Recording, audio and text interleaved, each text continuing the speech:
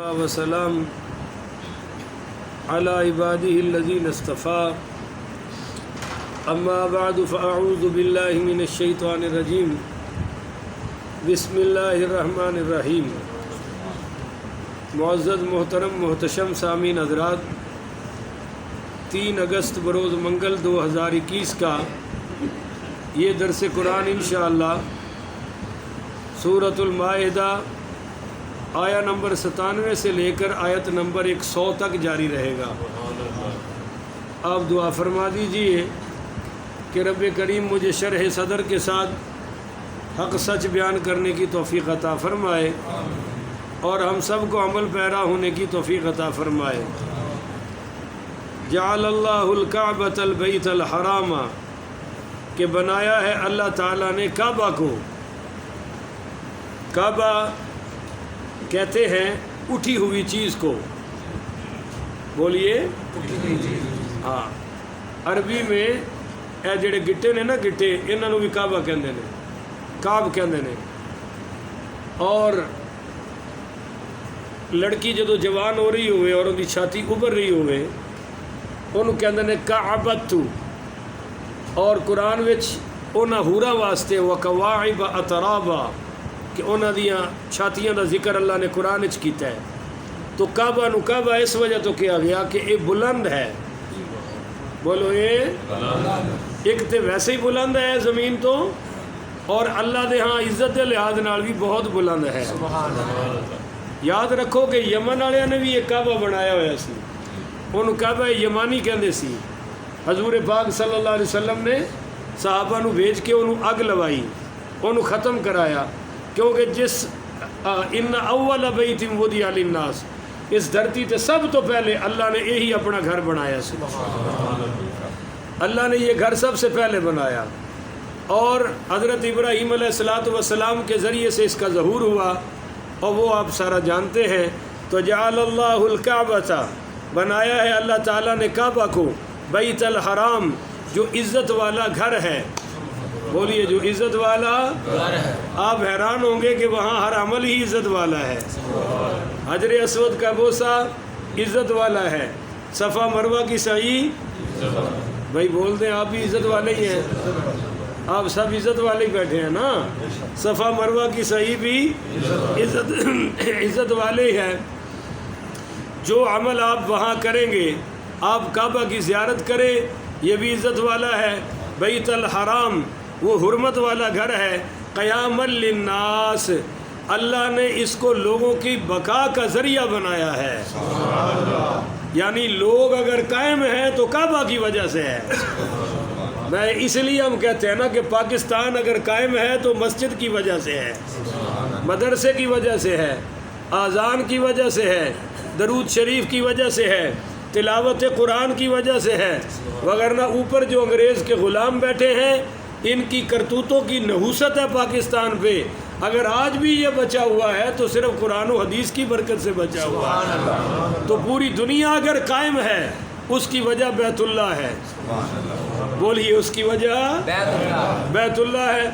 نبی کریم رؤوف الرحیم پڑھیے صلی اللہ علیہ وآلہ وسلم نے فرمایا کہ ایک حبشی آئے گا، اس کی ٹانگیں ٹیڑھی ہوں گی، قد ظالم کا چھوٹا ہوگا، اور وہ بیت اللہ کو گرا دے گا، اور معاذ اللہ جب وہ بیت اللہ کو شہید کر دے گا تو پھر اللہ تعالیٰ ساری دنیا تباہ کر دے گا۔ جب تک بیت اللہ باقی ہے سمجھ لو جہان باقی ہے۔ قیام للناس، اللہ نے لوگوں کے قائم رہنے کا بیت اللہ کو ذریعہ بنایا ہے۔ عجیب بات یہ ہے کہ حجۃ الوداع میں نبی کریم پڑھی صلی اللہ علیہ وسلم خطبہ حجۃ الوداع میں فرمایا کہ یونس علیہ السلام اور موسیٰ علیہ السلام بھی احرام باندھ کر حج کرنے آئے ہوئے ہیں۔ جس نے دیکھنا وہ حوالہ میں دکھاؤں گا۔ ایک صحابی گر گئے اونٹ سے، اور وہ پھر اونٹوں میں کچل کر شہید ہو گئے۔ ان کے بارے میں نبی کریم صلی اللہ علیہ وسلم نے فرمایا یہ قیامت تک حج کرتے رہیں گے۔ تو لوگوں کی بقا کا ذریعہ تو بیت اللہ ہے، کعبہ ہے، اور والشہر الحرام، اور حرمت والے مہینوں کی وجہ سے دنیا قائم ہے۔ حرمت والے مہینے، نمبر 1 ذی قعدہ، نمبر 2 ذوالحج، اور نمبر 3 محرم، نمبر 4 رجب۔ یہ 4 مہینے حرمت والے ہیں۔ ان میں اگر باپ کا قاتل بھی عرب والوں کو مل جاتا تھا تو وہ اس سے لڑائی وہ کہتے تھے بھائی حرمت والا مہینہ ہے، امن والا ہے، تو لوگوں کا امن، لوگوں کا قیام ان مہینوں سے بھی اللہ نے بنایا ہے۔ والہدیہ، ہدی وہ جانور ہیں جن کو بیت اللہ میں لا کر ذبح کیا جاتا تھا، اور یہ جانور بھی اللہ فرما رہا ہے کہ لوگوں کے قیام کا ذریعہ ہیں۔ اب میں کہتا ہوں بیت اللہ کیا ہے، توجہ سے سنیے گا۔ حضور پاک پڑھیے صلی اللہ علیہ وسلم نے کعبہ کو خطاب کر کے فرمایا، اے بیت اللہ، تیری اللہ کے ہاں بڑی عزت ہے، بڑی حرمت ہے، مگر میرے ایک مسلمان امتی کی عزت اللہ کے ہاں تجھ سے بھی زیادہ ہے۔ اگر بیت اللہ کی وجہ سے لوگ قائم ہیں تو بیت اللہ میں حج ہے، پھر مان لو حاجیوں کی وجہ سے دنیا قائم ہے۔ بیت اللہ میں عمرہ ہے تو عمرہ کرنے والوں کی وجہ سے دنیا، عمروں کی وجہ سے دنیا قائم ہے۔ میرے بھائیوں، جب بیت اللہ کی وجہ سے دنیا قائم ہے تو اہل اللہ کی وجہ سے بھی دنیا قائم ہے، اللہ والوں کی وجہ۔ آگے بتاتا ہوں، اگر مہینے عزت والے ہیں تو جس نبی کی برکت سے ان مہینوں کو عزت ملی ہے وہ میرا نبی کتنی عزت والا ہوگا۔ اور لا اقسم بہذا البلد، اللہ کہتا ہے میں اس شہر کی قسم کھاتا ہی نہ، اور کھانی بھی نہیں تھی، اور لا نہیں کھاتا۔ وَأَنْتَ حِلٌّ بِهَذَا الْبَلَدِ، اس سارے شہر کی عزت اس وجہ سے ہے کہ آپ کے قدمین شریفین یہاں لگ گئے ہیں۔ حج اور عمرہ وہاں ہوتا ہے، اسی شہر میں حضور کی ولادت بھی ہوئی ہے۔ اگر حضور نہیں تھے تو 360 بت یہی پڑے ہوئے تھے۔ حضور آئے ہیں، اللہ فرما رہا ہے قبلۃً ترضاھا، اس کعبے کو قبلہ ہم نے تو آپ کی رضا کے لیے بنایا ہے۔ تو پتہ چلا کہ حضور کی عزت بیت اللہ سے بھی زیادہ ہے۔ اچھا جی، حرمت والے مہینے اور وہ جانور، بولو بھی، وہ دیکھ لو، جانوروں کی وجہ سے دنیا قائم ہے۔ جس جانوروں کی نسبت اللہ سے ہو گئی، بولنے میں بڑے بخیل ہیں آپ، بڑے کنجوس ہیں بھائی آپ، جن جانوروں کی نسبت ہے، یہ کہنے سے پہلے بھی بول پڑتے تو اچھا ہی تھا۔ اب میں پھر کہتا ہوں، پھر بولو۔ اصحاب کہف کیا تھا؟ اصحاب کہف کے در پر وہ جو بیٹھا وہ کیا تھا؟ اور قرآن اس کو کتا کہہ رہا ہے۔ وَقَلْبُهُمْ بَاسِطٌ ذِرَاعَيْهِ بِالْوَصِيدِ، وہ جس طرح بیٹھا ہے نا، اللہ نے اس کا نقشہ بھی قرآن میں کھینچا ہے۔ وہ کتوں کے خاندان کا تھا، ماں بھی اس کی کتوں میں سے اور ابا بھی، مگر ولیوں کے در پہ بیٹھ گیا، اللہ نے فرمایا اس کتے کو بھی انسان بنا کے جنت عطا فرماؤں گا۔ کتا ولیوں کے در پہ بیٹھے، عزت ملتی ہے۔ جب کوئی بندہ مسلمان کسی ولی کے در پہ جاتا ہے تو رب کیا کچھ نہیں عطا فرماتا۔ یہ بات لمبی داڑھی والوں کے دماغ خراب ہو گئے ہیں، ان کو یہ مسئلہ سمجھ نہیں آ رہا۔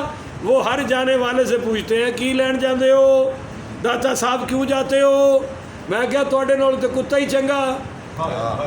اب جس نے ناراض ہونا ہو جاؤ، وہ کتا واقعی چنگا ہے نا، جس کا ذکر قرآن میں آ گیا، جو جنت میں جا رہا ہے چنگا ہے یا نہیں ہے؟ میں نے کہا وہ تم سے کتا ہی اچھا، بھوکا بھی نہیں اور اس نے رازداری توڑی بھی، ولیوں کے در پہ بیٹھ گیا، اللہ نے جنتی بنا دیا۔ بس یہ سمجھنے والوں کو میں نے بہت کچھ سمجھا دیا۔ آگے چلیے جی۔ والقلائدہ، یہ قلائدہ کیا ہے؟ قلائد یہ جانور وہ جو تھے نا حج والے، ان کے گلے میں پٹا ڈالتے تھے، ہلکی جی سبحان اللہ، اس کے گلے میں یہ نشانی ہوتی تھی کہ یہ جانور عام وہ گھاس کھا رہے ہوتے تھے بھوک کی وجہ سے، پر اس جانور کے قریب نہیں جاتے تھے جس کی گلے میں پٹا ڈالا ہوتا ہے۔